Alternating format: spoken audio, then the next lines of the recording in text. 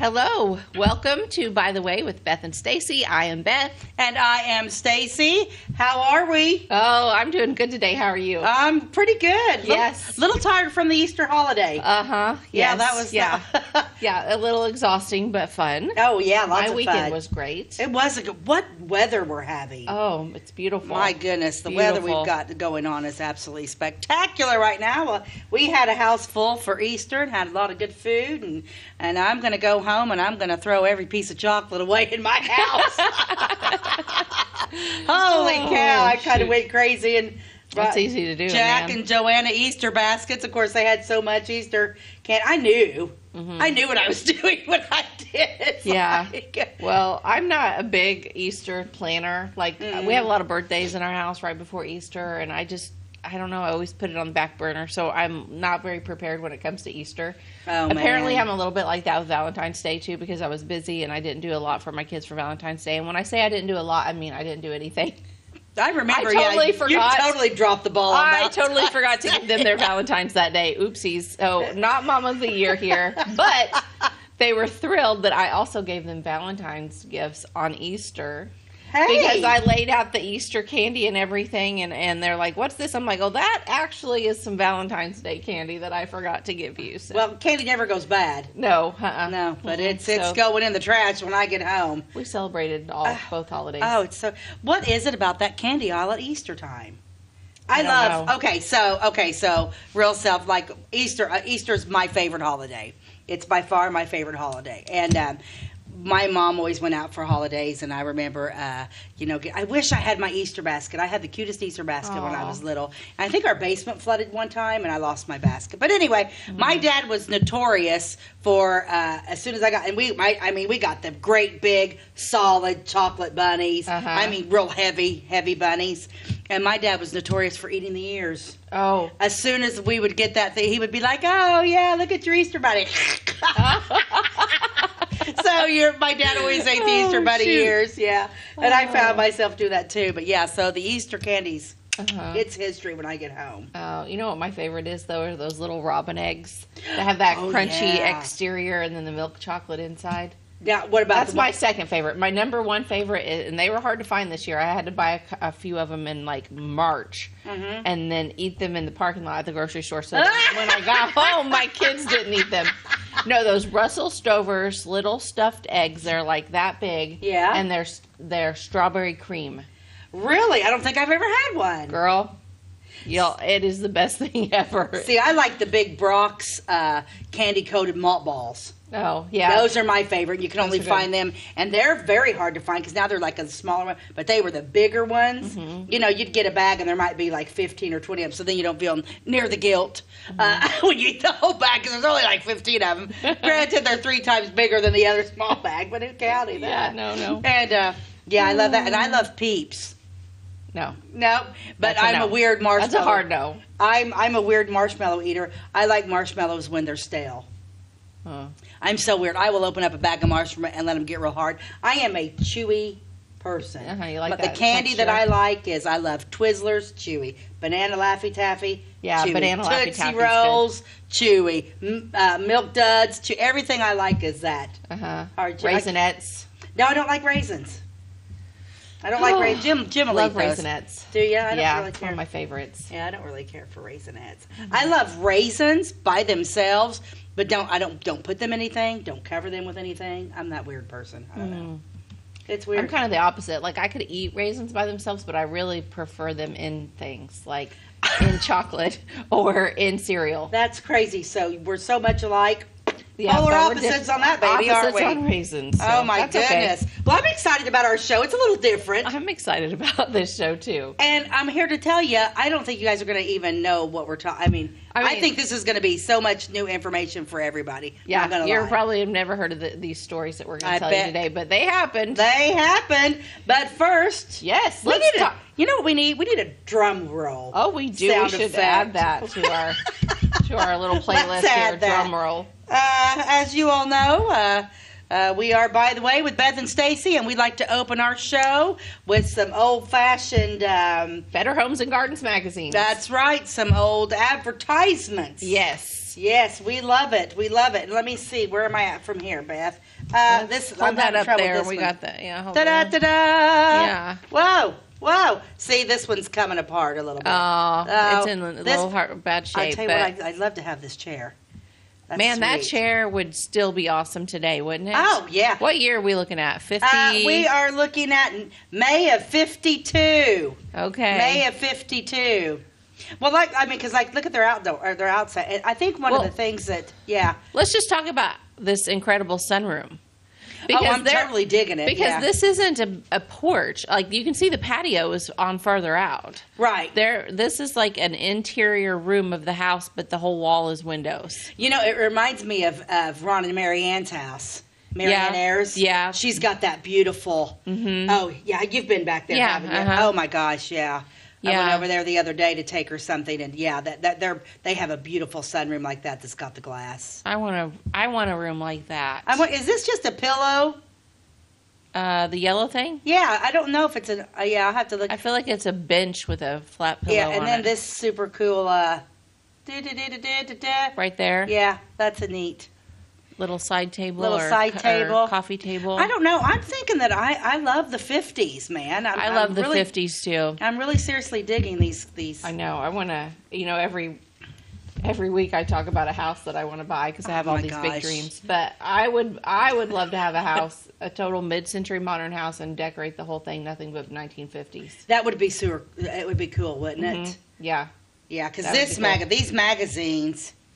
Yeah, actually, that's just like a cushion sitting on that bench. Now that my eyes are up. Oh, here. and did you notice on the table there or something is a copy of Better Homes and Gardens magazine? Oh my gosh, you're right. Let's look at that again. You want me to? Well. Oh wait a minute. We have to do it like this. Okay, people. Let's go back here.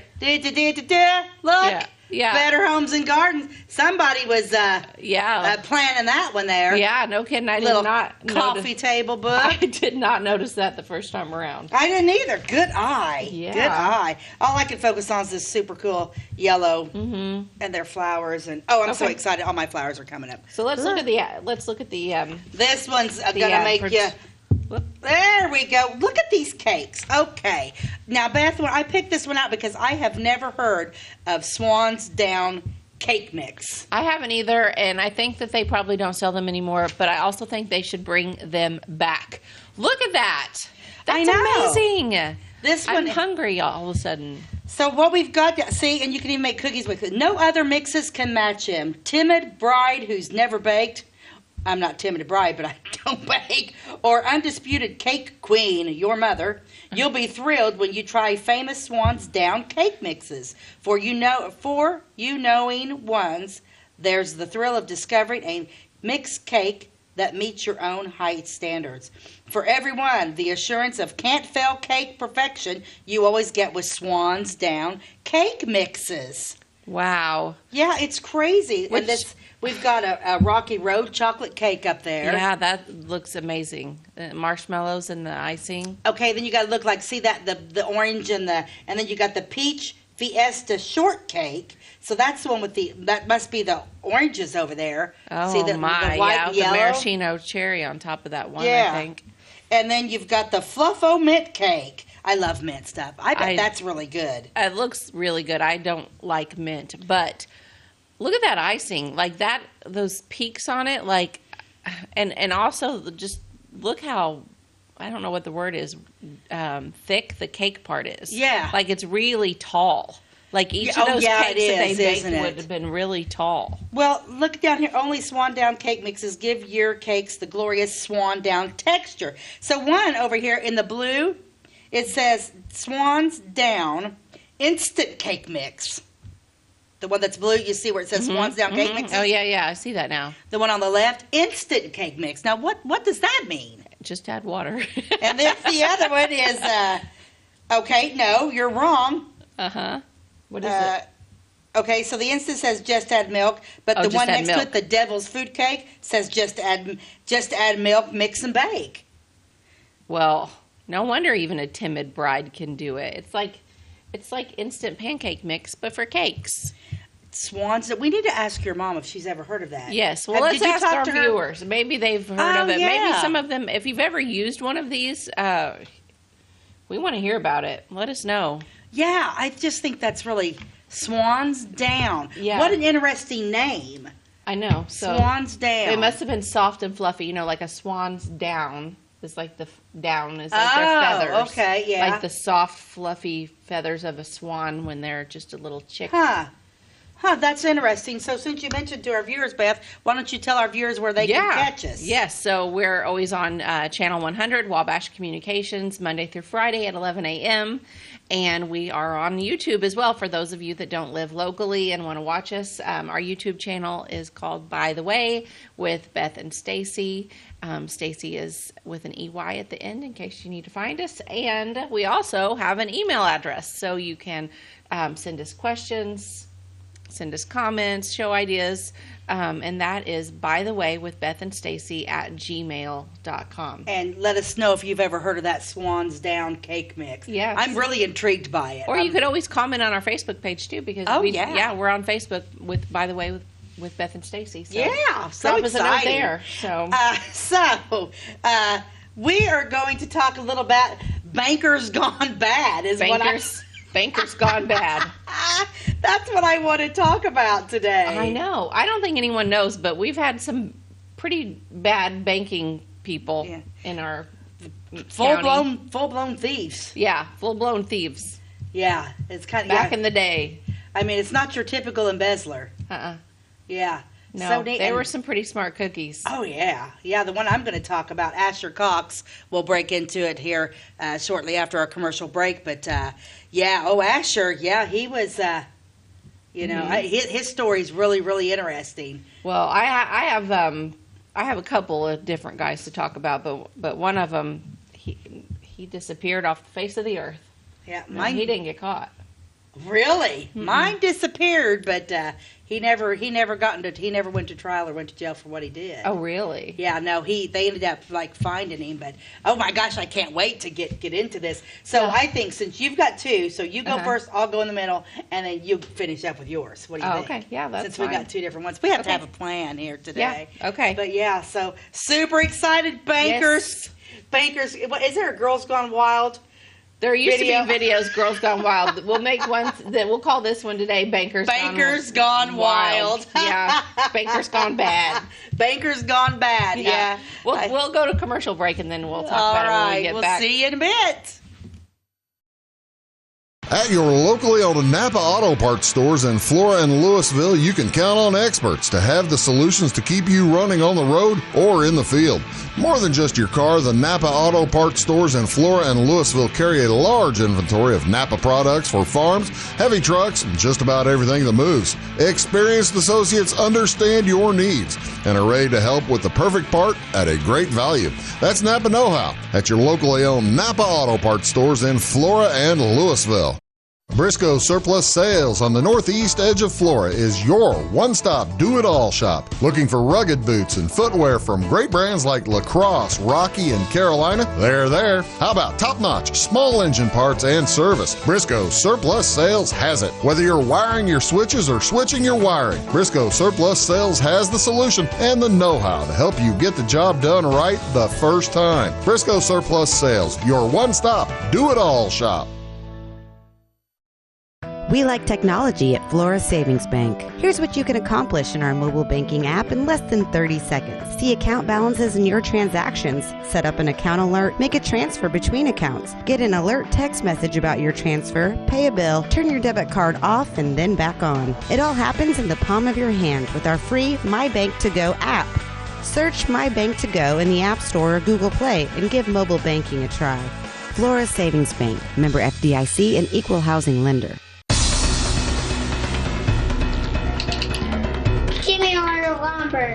Doors, paint, windows, electrical, plumbing, and much more. Oh yeah, give me all your guns too. John Lucas. What? You better be dreaming about all the stuff we sell here at Zink Building Center. Oh, I would. Zink Building Center in Louisville on Route 45. It's a cool place. Okay, welcome back to By the Way with Beth and Stacey. Today we're talking about bankers gone bad. Oh, yeah. And Stacey's going to tell us a little bit about a man who, what did he do? Well, let's see. His name is Asher Cox. Okay. And remember, we talked a little bit on our one episode about how Clay County was the king of apples. So a lot of things, you had the Orchard City College. Well, at the time in the late 1800s, early 1900s, Xenia had a bank called the Orchard City Bank. Okay. Okay. So we're talking about the Orchard City Bank in Xenia. 1870 is when Asher Cox was born. He was born in Illinois. Okay. And he was a banker, and he was the vice president of the Orchard City Bank in Xenia. In 1898 until the early 1900s, and then Asher became the president of the Orchard City Bank. Uh-oh. Oh, yeah. That's exactly what happened. Plus, here's the other thing about Asher. He was also the editor and publisher of a Xenia newspaper called the Xenia Progress in 1898. I didn't know Xenia had a newspaper. I did not know that either, but it doesn't really surprise me because they were a fairly large town. Yeah. So. Yeah. Do you have that picture of Asher? I do. He looks like a choir boy. Look at him. Aww. This is an old newspaper photo of Asher Cox, published at the time of his death, December 17th, 1929. I think I have another picture here. Yeah, that's just a little bit about the bank there. Yeah, and then there it went really bright. Yeah. And the family down below is his family, his wife. Boy, women just looked miserable back then. They're wearing too many clothes. Yeah, they probably were miserable. They're wearing too many clothes, and didn't they cinch them up? Yes. Yes. I mean, my goodness, I can't even put a pair of socks on that are too tight. It drives me crazy. No. So, Asher had an older brother named George, who was the cashier at the bank. Okay? Asher was very well known, prominent, upstanding, churchgoer. Sounds like a recipe for trouble. He's got his brother as the cashier. Yep. He's the president. Yep. And he also works at the newspaper. Yes. And Asher, let me see what his wife's name was. His wife and her sister and George were also stockholders of the Xenia Orchard Bank. Okay. Yes, yes, yes. So, well, residents were stunned. In 1921, Asher disappeared. Okay. Early 20s. Early 20s. 1921, Asher Cox just disappears off of the face of the earth. Now there's two different things. Some people say it was $190,000. Okay. Some people say it was $260,000. The reports really didn't match what was going on, but I just broke it down in the middle and did $200,000. Okay. In 1921, the equivalent to today is over $3 million. Oh my gosh. So he took off with, wow, if it was today, $3 million, and we're talking, I know Xenia was a booming place, but we're still talking a small town bank. Yes, and back then, there was no FDIC. Nope. So when that money was gone out of the bank, your money was gone. If you had a checking account there and then he stole all this money, oops, you're sorry. done. Yeah, your money's gone. Yeah, it was crazy. So rumors were flying all over Xenia, as you can imagine. Mm-hmm. Some people thought that there was just an entanglement of paperwork and, records of the bank that he took off with, not realizing that when they went to go find some money, all their money was gone. Oh, wow. This is great. I don't know. I have the feeling I would be like this person. Some people did not want him to be found. They did not want him to be found, thinking their loan papers had disappeared. So they're thinking, hey, he disappeared along with their loan papers. So, that farm I just bought for $200 is going to disappear, and they'd never have to pay off their loans. Did they? It didn't dive. The article didn't dive too much into that, but none of that was substantiated. Okay. His wife was Emma. Some thought that his wife Emma Finty was the last name. Emma Finty, Finty, Finty, and her sister, Ellen Fenty, they were both the stockholders, right, in the bank.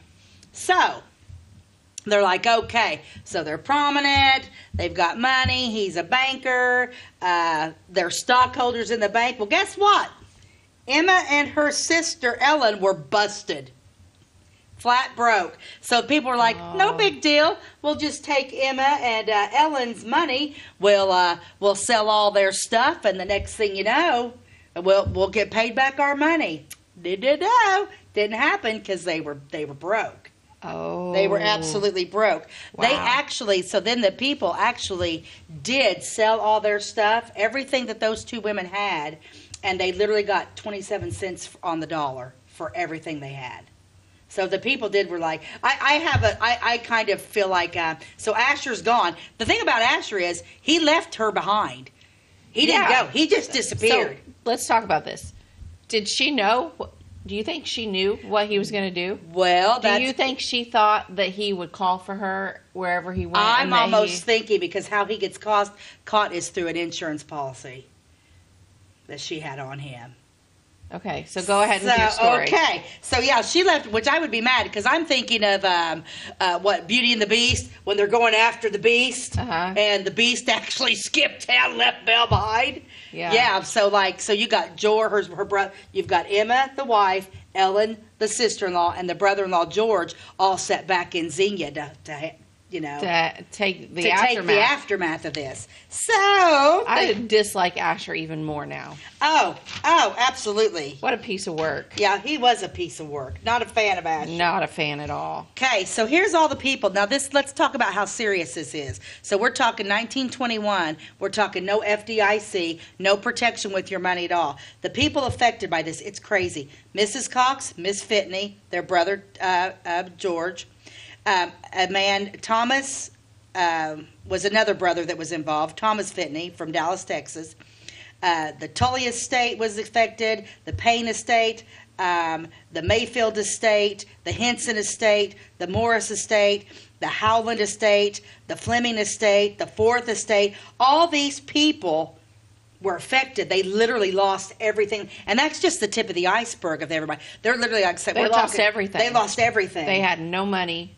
Yeah, they lost everything. I imagine that's because you don't hear of the Orchard City Bank anymore. I would imagine it probably would have maybe folded. Now, indictments, so they wanted to indict Emma, Ellen, and the brother, George, but they did not. They were dropped because there was lack of evidence on them. And then the brother, George, and another brother, Nathaniel, they moved to California. They got out, left Emma and Ellen here. Whatever happened to Emma and Ellen? Do they live the rest of their life here? They live the rest of their life here, yeah. This is so crazy. So, a St. Louis bank, which was an investor in the Orchard City Bank, a banker, he hired a detective, and he tracked Asher down to Europe, South America, and Mexico. But... Well, I guess when you have a lot of money, you can just... You betcha. He was skipping all over. Well, and you probably... Passports, were they a thing back in the... I mean, I don't know. I don't think so. Well, you just get on a boat and go, right? Mm-hmm. And but in Mexico, they lost Asher's trail. Nowhere to be found. Mm-hmm. This is where it gets interesting. Okay. So... It's already interesting. It's very interesting. So, the brothers skipped town. The two sisters are here, flat broke. Asher's off running the globe. So a lot of people wanted to think that maybe she must have known where he was at because she had a $2,000 life insurance policy on Asher with the Woodman Insurance Company. Okay, Woodman of America. They're still in Xenia. I think they're still in insurance. Anyway, interesting side note. It is right. It is. Okay. So she hires an attorney. Okay, to represent her, to collect. So she would have had to have kind of known that he was still alive because he disappeared in 1921, and then they found the records of him dying December 1929. So it wasn't until 1929, after he had already died, that she sent going after insurance money for him. Does that make sense? So she must have been in communication with him. She had to she have been. Knew so when for he died. 8 years she did nothing, but now in 1921 we're hired an attorney to go collect an insurance policy on him. You mean she hired the attorney in 29? Yeah. So that is really interesting. It's really weird. So he must have known, and it makes you wonder if maybe he was sending money back to her. Because I'm thinking, if you're not going to send me some cash, dude, I'm not. Yeah, how did her and her sister get by? I mean, did they work or what? I don't know. So nobody really knows if they catch in touch, but his death was traced to December 17th, 1929, and it was traced back to Guadalajara, Mexico. What? He couldn't have been very old when he died? No, he was 59 when he died. So when he disappeared, he was, 51? When he left, and he died in 59. He had an alias. He went by Dr. William C. Walker. Osteopath? What's an osteopath? Was he pretending to be a doctor? Sounds like he was pretending to be a doctor. Yeah, so in Mexico he probably could have got away with that. But yeah, so, and the only thing that Asher had on him, I find this very interesting, he had papers with his true identity on him when they found him dead. So she would have had to have known, because like he disappears in 21, and then in 1929, 8 years later, you're hiring you're like, oh, by the way, I think my husband's dead. I mean, I wouldn't think you'd just be like, oh, well, it's been a while. She must have not heard from him and thought maybe he died. I don't know how he died. But yeah, so she hired she that is a little suspicious too.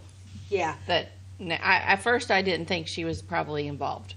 But now, after she knew exactly when to collect on the life insurance, that's kind of what I'm thinking. I'm thinking maybe she was in cahoots. Yeah, both sisters. Plus, they would have had the wrong end of it. I mean, she didn't get a very good deal. And we're talking like the early 1900s. So just the fact that her and her sister still had the Fentney last name. So I'm assuming the sister was a spinster lady, probably never married. So the fact that they were stockholders in a bank, I find interesting in the early 1900s. Mm-hmm. Yeah, but things are starting to change. When did we be? 1918 is when we were when were women able to vote? Oh gosh, because I know it was the I think it was African Americans got to vote the 13th Amendment, 13th, and maybe women we came like the 15th, 16th Amendment. Yeah. So just a few years later, I know that black men were able to vote before women were. Mm-hmm. I don't know, but yeah, so right around there. But they but we've talked about prominent women before in the, and I mean so they were stockholders, so they had to have been pretty smart. Yeah. But I bet they had to have had some money at some point. They would have had to. It makes you wonder, where they came from. Because, like I said, the brothers, there was two brothers. I'm sorry, there was George and Nathaniel, who were both, and they both were in California. But it does make you wonder. But that's my story of Asher Cox, banker gone wild, and it's time for a commercial break. Okay, we'll be right back. If you're looking for a loan for your brand new home, call Clay County State Bank. If you want to transfer money so your future will look sunny, call Clay County State Bank. We got checking and savings and bill pay too. An online bank, just ask our crew. For all your banking needs, we think you will agree. Clay County State Bank is the place you need to be. Clay County State Bank. At Clay City Banking Company, we're all on the same team, regardless of zip code. At home, work, school, or across the country, you can be part of our team with our cutting-edge mobile banking products. From your hand, you can check balances, transfer money, make deposits, and pay bills. Looking for a loan? We've got you covered with our mortgage, agriculture, commercial, and consumer loans. Join our team today. Clay City, Flora, Louisville, and Fairfield Banking Companies. We're the hometown banks, member FDIC, and equal housing lender. It's the weekend and your symptoms are worsening. The morning of a big meeting and you have a bigger sore throat. Ever experienced that urgency after picking up your sick child and your community health center has already closed? You will be able to connect to a provider at crhpc.org. Even if you have never been to CRHPC, you are welcome to utilize our services. Feel better after scheduling a video visit with CRHPC. Tomorrow. Some fear the uncertainty it brings. Some trust the promise it holds. At Grinnell Mutual, we are always looking forward to tomorrow, growing and innovating.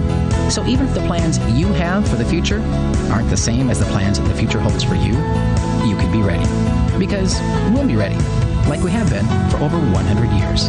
Trust in that. Trust in tomorrow. Talk to your mutual agent today. Your local agent is on the square. Louisville, Clay County Farmers Mutual Insurance. Okay, welcome back to By the Way with Beth and Stacey. Today we're talking about bankers gone bad, bankers gone wild. We just heard about Asher Cox and his crazy antics and Xenia, and now I'm going to tell you the story of a couple of guys in Bible Grove who did some bad things. So, awesome.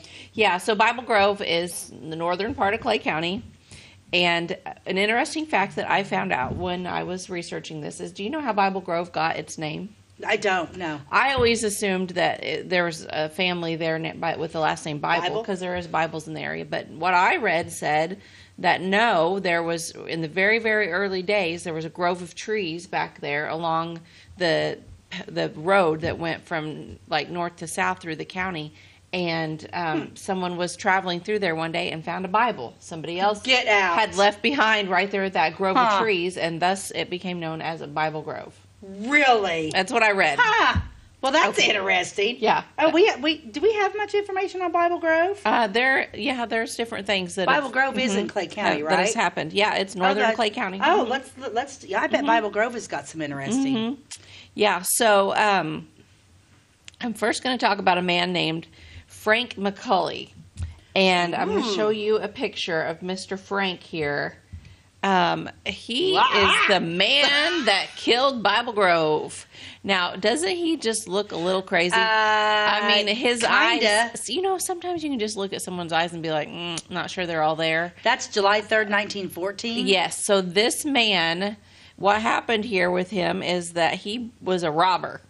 And he broke into the Gould store, and there's still families in that Bible Grove area with the last name Gould. Yeah, I know some Goulds. And he broke into the Gould store carrying a lantern, which they think accidentally overturned. They don't think that he meant to burn it down and be an arsonist. They think that he meant to just rob it.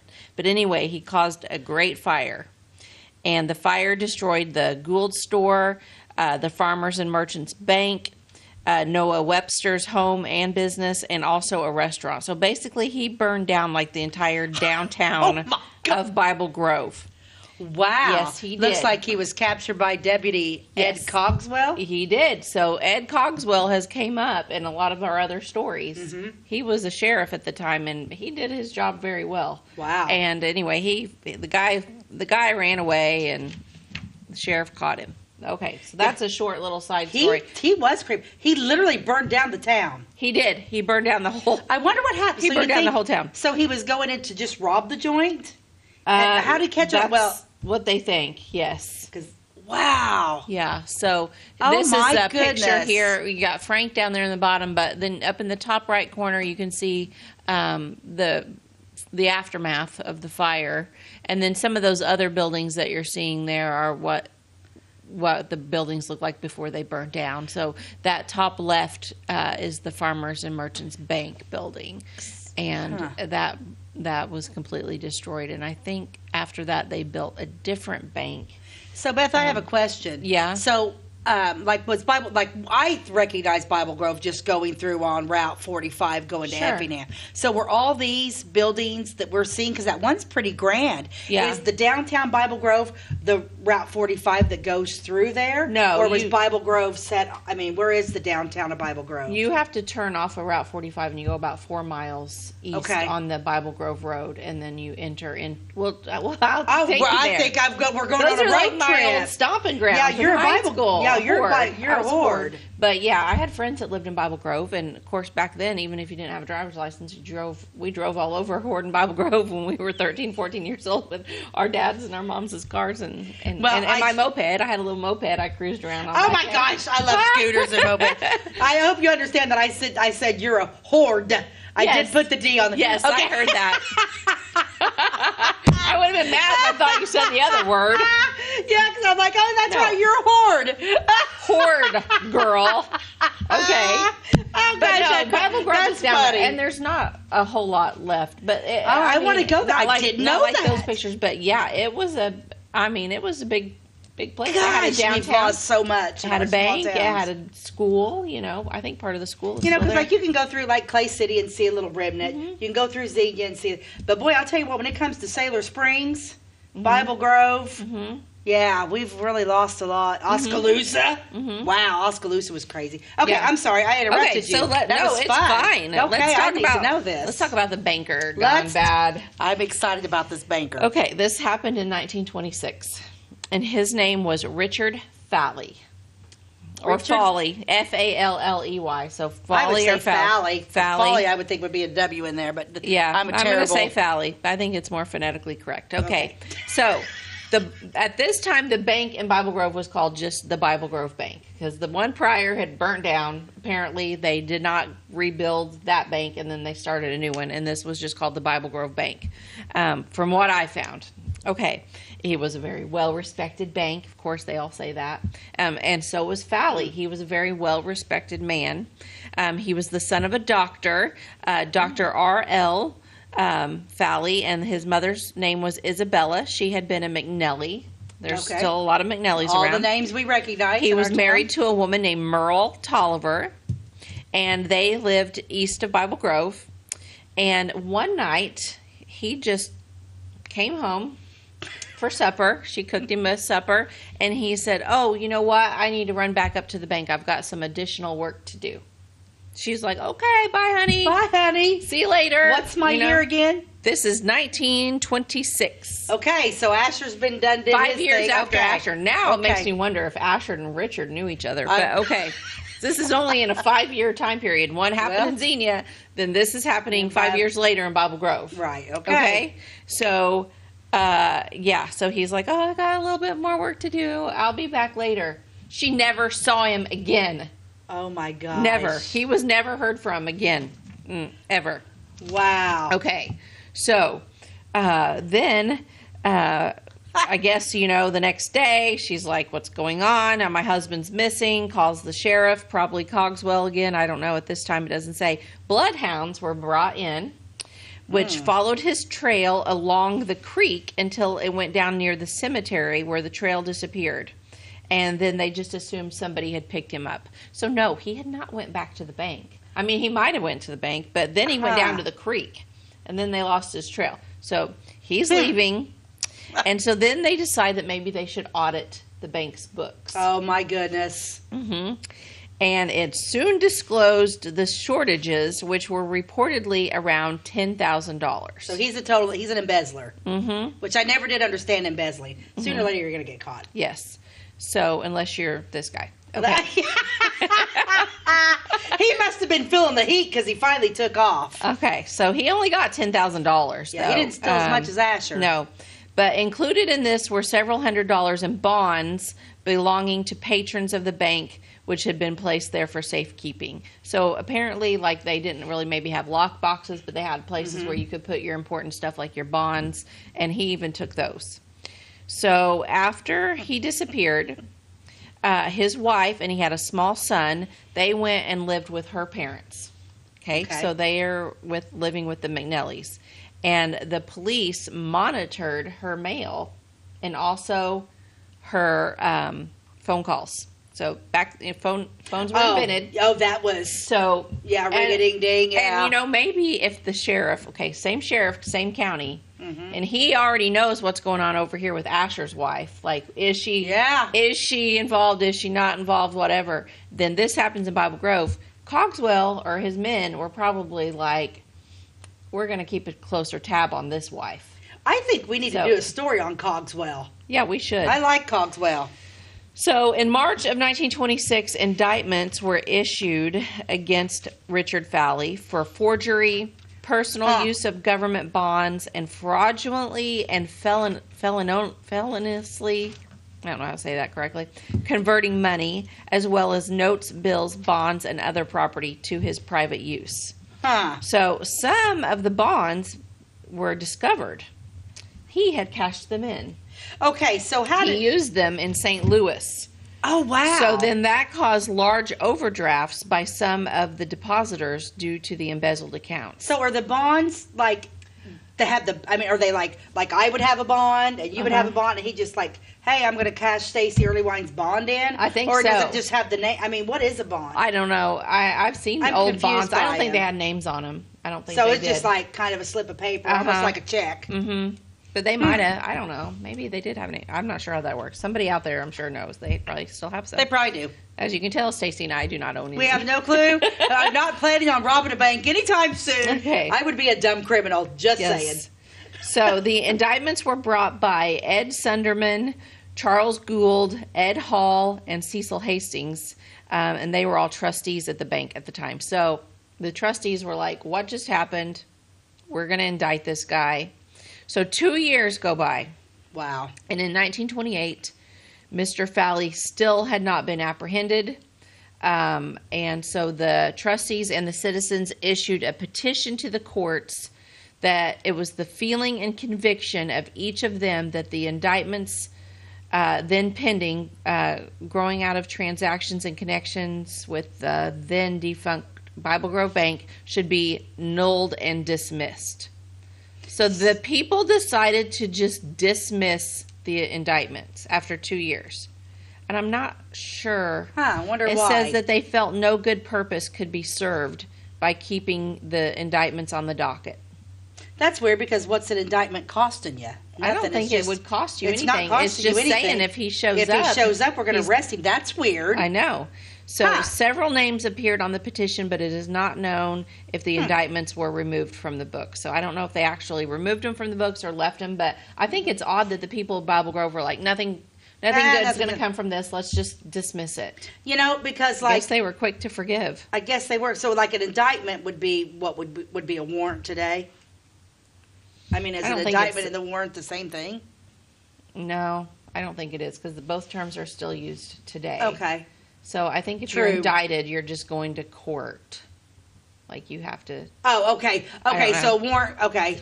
I'm not sure. sure. Warrant. Yeah, I don't know. Once again, by the way, with Beth and Stacey, we don't know everything.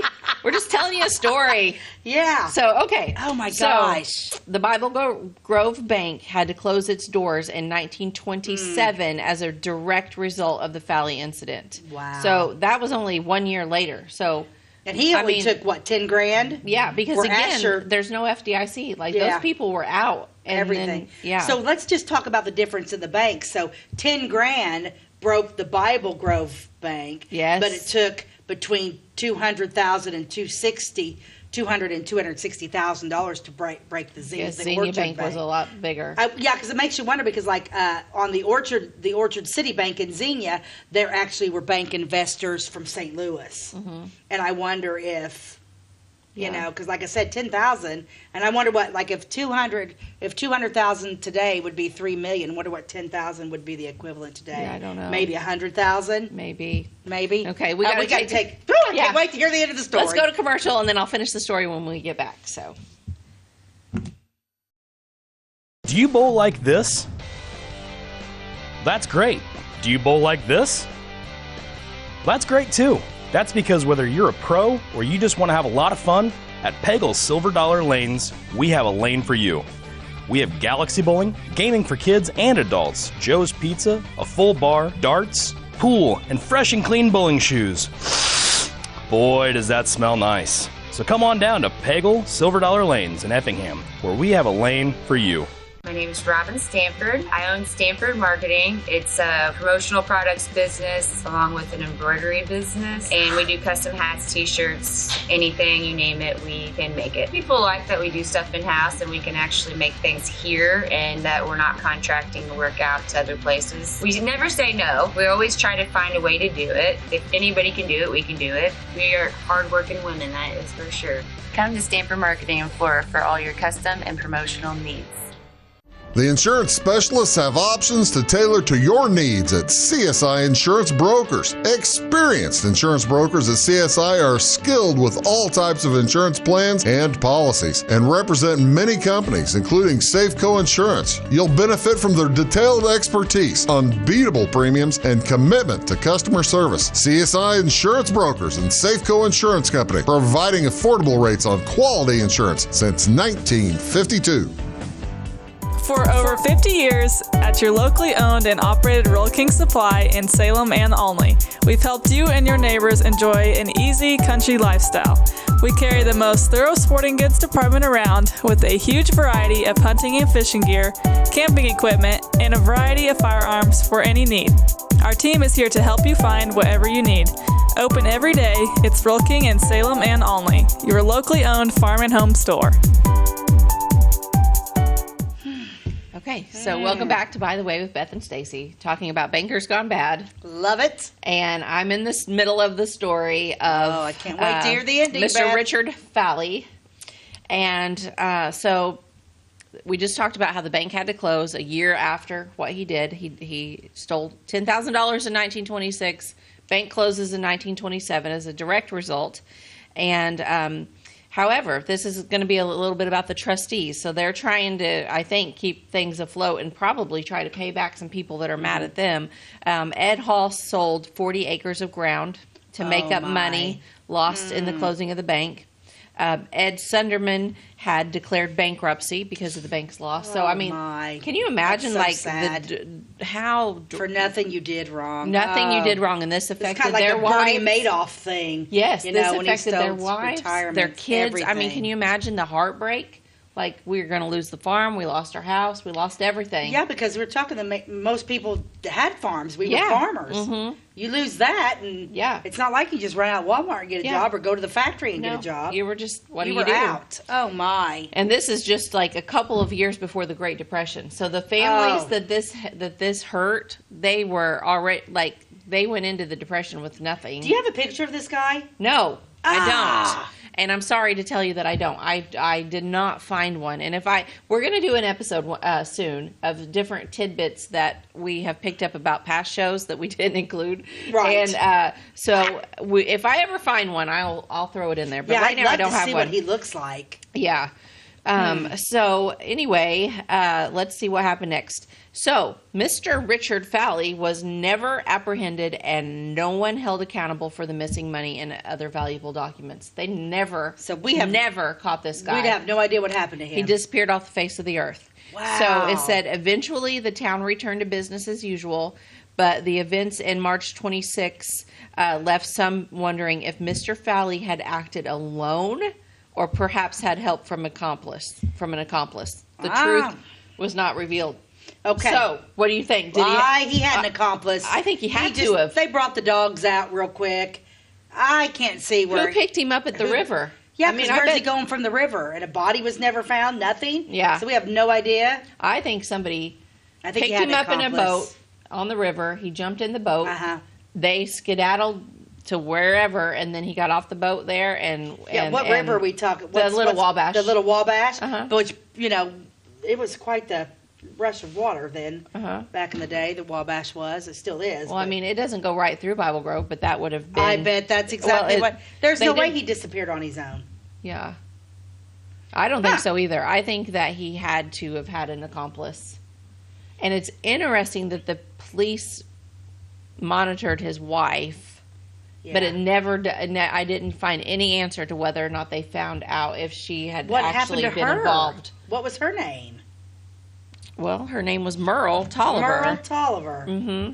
And so she was left behind. See, because like in my story, Asher Cox, his wife totally had to have known because of the insurance policy. So they, mm-hmm. But I bet this one didn't know. Tolliver family. What a horrible, horrible person. Mm-hmm. Yeah. Huh. He ruined the lives of like everybody in Bible Grove, basically. I mean, all these people lost money, and and whether his wife was involved or not involved, I still feel bad for her. Oh, I do too. Because real talk, I mean, we're talking the 1920s, so a man's going to do what a man's going to do. That's right. She probably didn't have any say. She probably didn't have it, and that's probably the same way with Emma Cox and Ella. What was the last name of my people? I can't remember. Yeah, I mean, Fentley. Yeah, it was probably the same way with them. I mean, they're going to do what they're going to do. Mm-hmm. Oh, I bet that she didn't have a clue. Wonder if he had children. Well, he had that one small son, and it said that they went and lived with her family, which would, I think earlier I said McNelly, which was his mom's maiden name, but no, her maiden name was Tolliver. So they went and lived with the Tolliver family, his wife and his son. So I wonder, like, shout out to my genealogy peeps out there. Like, wonder what happened to his son and his descendants, and are they watching this right now and wondering about their great grandfather too? Yeah, because we're 100 years ago. I mean, it's right about. I mean, we all have. I mean, my grandfather lived in those times, and you know, I knew him up until he passed away in 1991. Yeah. I mean, yeah, it's all right. We're all right there. Yeah. What a sad deal. I wonder. And it makes you wonder. It's like I mentioned that Bernie Madoff. It's like, are you so greedy, and money means so much to you that you're willing to just destroy other? They weren't taking. I mean, it's not like, I mean, anytime somebody robs a bank or whatever, I mean, you know, you're taking somebody's money. Oh, right. I mean, it's kind of like a government thing, you know. It's like, you know, people think, oh, we'll just get money from the government, but the government money comes from all of us, from the taxpayers. You're just hurting the people there. I can't even imagine. And the ones that had to sell their farms. Yeah. Wow, Very because sad especially, deal. well, let's just think about that. How many acres did he sell? 40? This one guy sold 40. He sold 40 acres. You're talking now, 100 years later, that 40 acres is worth, what, 10 grand an acre now? I mean, I don't have any idea, but yeah. I mean, he sold 40 acreage is acres, high. I think, just to, you know, pay his bills. Yeah, and they had to do that. Oh, shame on him. Wow. But I just wonder if people like that, if there's like how do they sleep at night? Or maybe they sleep fine because they have no conscience. Well, yeah, that's true. Well, sometimes we overthink things, It's like, you're just not right in the head. It doesn't bother you. Just somebody like you and I could not sleep at night because we do have a conscience. No. Somebody like him and Asher Cox, they probably actually slept just fine because they probably did, yeah. Obviously, they don't care about others. No, I've never understood stealing. You know, I mean, of course, you know, we're talking back in the Depression, people steal bread. I'm not talking, that's not what we're talking about. We're talking about, like, just blatantly just taking from somebody. I don't understand it. Taking all they have, actually. Taking all they have. In this situation, holy no, cow. I'm a giver. If you need something, just, you know, ask me. I'll help out the best I can. But, that is crazy. Yes. Banker's gone. Banker's gone bad. So there's a few stories for you about the crazy people in Clay County back in the day. So I love it. Yeah, that's interesting. I don't know why I find some of our favorite stories. I love the old houses that we do. But I'm telling you what, these people that do bad. Why is it so fascinating? Everybody loves a good story. I mean, it's almost like a novel. It really is. It's almost like and what happened to him? That would be interesting to find out where he ended up going. There's no telling where he went. Yeah, I feel like I could write a book about some of the stuff that's went on, make it fiction, like a novel. You know, that's based on these true events in Clay County. Who knew we had so much excitement? We do have a lot of excitement in here. Yeah, I'm telling you. Well, our rules to live by. Oh yeah, we always end the show with a rule to live by. What is it today? Stop thinking too much. It's all right not to know the answers. Ooh, that's a good one. Stop thinking. You know, Beth, I'm kind of thinking that this really doesn't apply to us because we're both like, we don't know. We're just telling a story. Yeah. I usually, I'm not going to say always, but usually I'm not an overthinker. I don't think I'm an I know I'm not an overthinker. I'm not an overthinker either, but I know a lot of people that are. My husband is an overthinker. And I feel, I feel kind of bad for them because it's so stressful. But he's going to ponder and chew and ponder and chew. My son Connor Earlywine's an overthinker. Oh, no. Connor's an overthinker. At some point, you just got to let it go. And you're like, I don't know. Think about it and think about it. Just realize that you don't know everything. You don't need to. And I just shrug it off. I don't shake it off like Taylor Swift. I'm like, I don't think I've ever stayed up at night worrying about anything. Yeah. I'm trying to think. I have before certain things, but usually, you know, after a day or two, I'm like, I got to let that go. Well, it's so funny because, we'll just talk about biblical stuff. My husband, and he's got a friend that's a pastor, and they would literally just take one word out of the Bible. Let's talk for God so loved the world, okay? They're going to just ponder a tiny tip. I mean, they will chew on that one little verse and just take it around the world so many times and just ponder that a tiny little. That makes me tired just thinking Better about it. homes and gardens. Homes. What kind of homes? What kind of gardens? What do you think was, and we'll take and chew on that. But he's very, I say this, but Jim is very biblically knowledgeable. Mm-hmm. Maybe that's why I'm like, Noah built an ark. All I need to know. I'm the person that's like a book with pictures. Yeah. I'm like, I just take, my faith is what it is. I just take, well, this is what it says it is, so that's how it is. Yeah. I just take it for, well, that works. That, Yeah, I just don't want to overthink it. It's too stressful. I learned a long time ago, you just can't keep all that in your head because you'll stress yourself out and not feel good. Yeah. And I just don't. Yeah. I don't want stress. So now my brain won't shut down. I just turn. Yeah, I always have like 51 million. I've got tabs a lot of open. Stuff going on. There's. Oh, I like a lot of tabs open. Yes. Yeah, my brain never shuts down. It just goes and goes and goes and goes. Mm-hmm.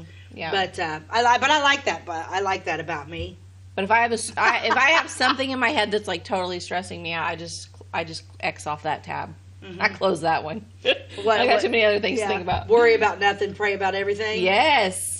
Yeah, whenever I start feeling a little bit stressed. That's one of my favorite Bible verses. It literally is mine, yeah, because it's like, what is it, what comes from Satan, like guilt. Yeah. Guilt comes from Satan. Mm-hmm. Of course, these guys should have been, they apparently didn't have. No, I don't think these were good Christian men at all. They just didn't know. Speaking of that, because it doesn't say, yours says he was an upstanding man, whereas Asher Cox, they said he was a very big churchgoer. Oh, it doesn't say anything about this guy going to church, but back then pretty much everybody did. I mean, you just did that. But it said he was very well respected. I would love to see a picture of him, but stop thinking. Don't overthink it. Quit overthinking it.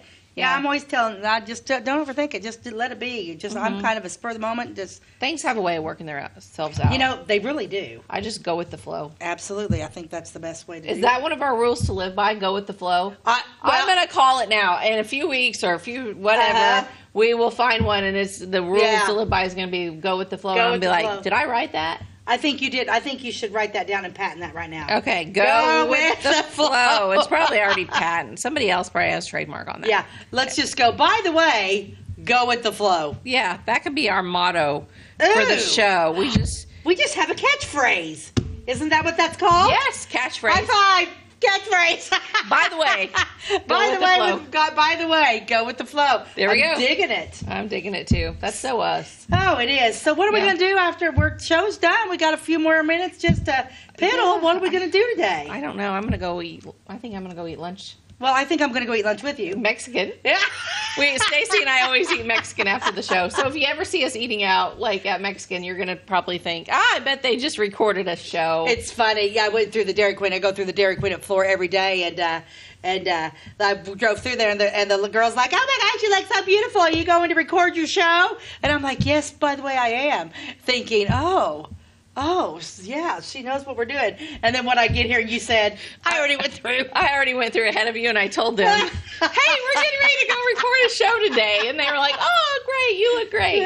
Yeah, you look so pretty. I joke about it. You see me look good on Sunday morning going to see Jesus, and on Tuesdays to come up and record a couple episodes, by the way, with Beth and Stacey. Yeah. Not a big makeup wearer, but but it's going to be a pretty day. I'm debating. I was tired from yesterday. Had the grandkids yesterday, and of course then we have practice for the Nostalgia Theater show. That's coming up. A little plug for May that. May what? 6th and 7th. May 5th and 6th. Yeah, at Nostalgia Theater. One Wife, Too Many is the name of the play. It's going to be fantastic. All money raised goes to the historic Flora Depot. Yeah, a little different than what we've done before. Not a virus. This is it's a play, an actual play. And I'm stepping back on the stage, and we're going to have a good time with it. I'm on the stage this year, so Stacey and I are co-directing, and we're also co-stars. Heck yeah, we are. We do it all, folks. We do it all. Well, I am so glad that you joined us today, and it's time for us to bid a farewell. Yeah. Thank you so much. See you next time. God bless you. Bye-bye.